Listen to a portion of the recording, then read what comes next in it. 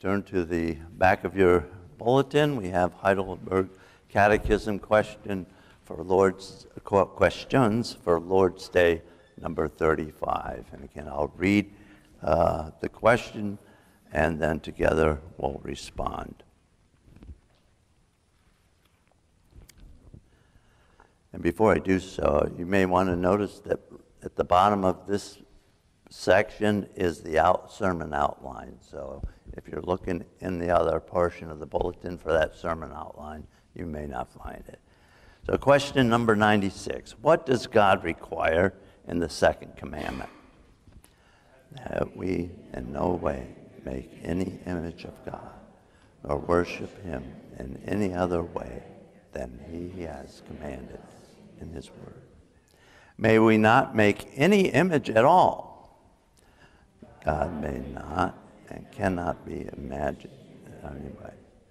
For it's the creatures, though they be indeed image, that God forbids the making or keeping of any likeness of them.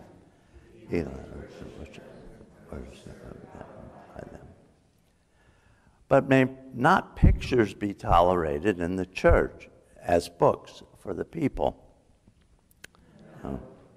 Or we should not be wiser than God, who will not have his people taught by dumb idols, but the lively preaching of his word.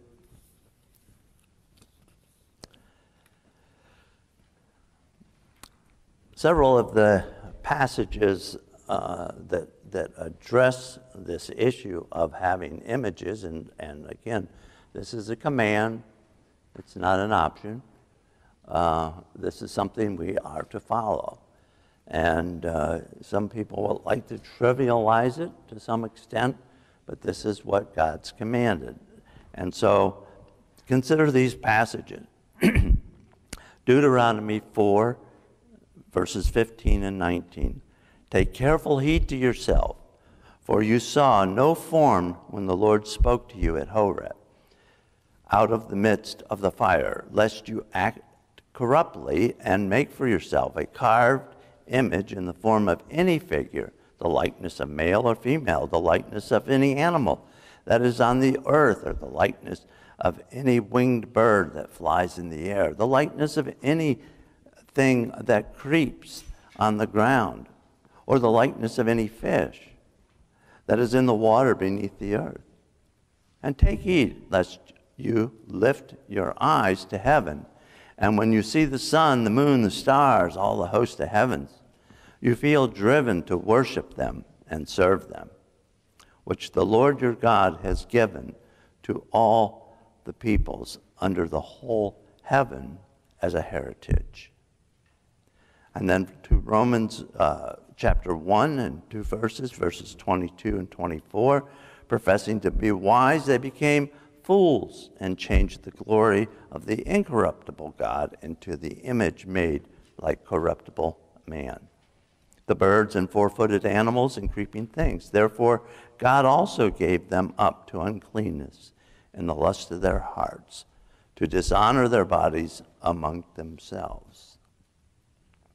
And then from Acts 17 and verse 29, therefore, since we are the offspring of God, we ought not to think that the divine nature is like gold or silver or stone, something shaped by art and man's devising.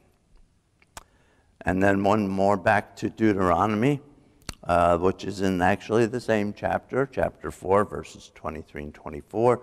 Take heed to yourself, lest you forget the covenant of the Lord, which he made with you, and made for yourselves a carved image in the form of anything the Lord your God has forbidden you. For the Lord your God is a consuming fire, a jealous God.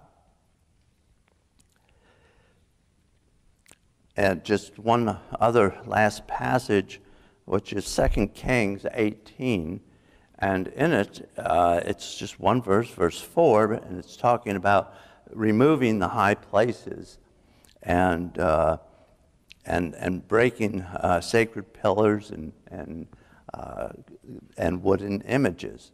And this was one of the first acts of Hezekiah as king of Israel. And the verse just before this verse says that he did what was right in the eyes of the Lord. And so God's given a blessing, even in a sense, as he gives this, again, from verse 4, regarding Hezekiah. He removed the high places, broke the sacred pillars, cut down the wooden image, and broke in pieces the bronze serpent that Moses had made. For until those days, the children of Israel burned incense to it and called it Nehushtan, which I have no idea what that is. I'll defer to Terry when he gets up here if he's got the Hebrew dictionary with him. So it's pretty interesting that as it describes making images, and it describes our propensity to make an image of a fish, image of a frog, image of a lion, whatever, and then to turn around and then worship that as a God with a small g. And yet in 2 Kings here, we have a description where they actually took the staff of Moses and were burning incense to it. So even in a sense, the sacred relic was destroyed because of the fact that people had begun to identify God not only with it, but in it. And it became one with God so that they could talk to the stick, talk to the staff, talk to this golden serpent, and make their prayer requests. And it's a total denial of who God is.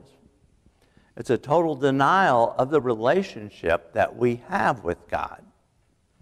We have the ability to come before God in Christ and pray. We have the ability to come in the Spirit of God through Christ to God and lift up our worship, to give him thanks, to witness to the world who he is, even as we ourselves are in this mind of worship.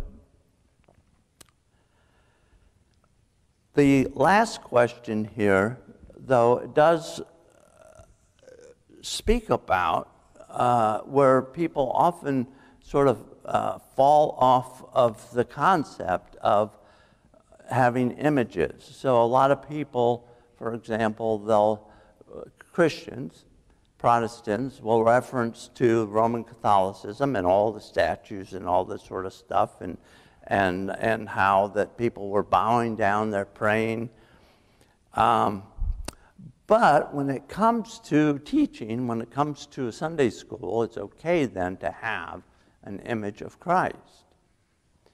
And for a lot of people, well, this is just sort of a practical thing to do. And yet, many people don't realize that the Roman Catholic Church began filling the church with pictures because people were illiterate. And so you have such things as the Stations of the Cross that are supposed to be there for the purpose of giving a pictorial description of how Christ was crucified. But before you know it, we all have that same propensity to bring our incense, to set it up, to begin to worship the image rather than God. The glory of the gospel is that we have been given access to the Father. We can pray to God. We are assured that God hears us.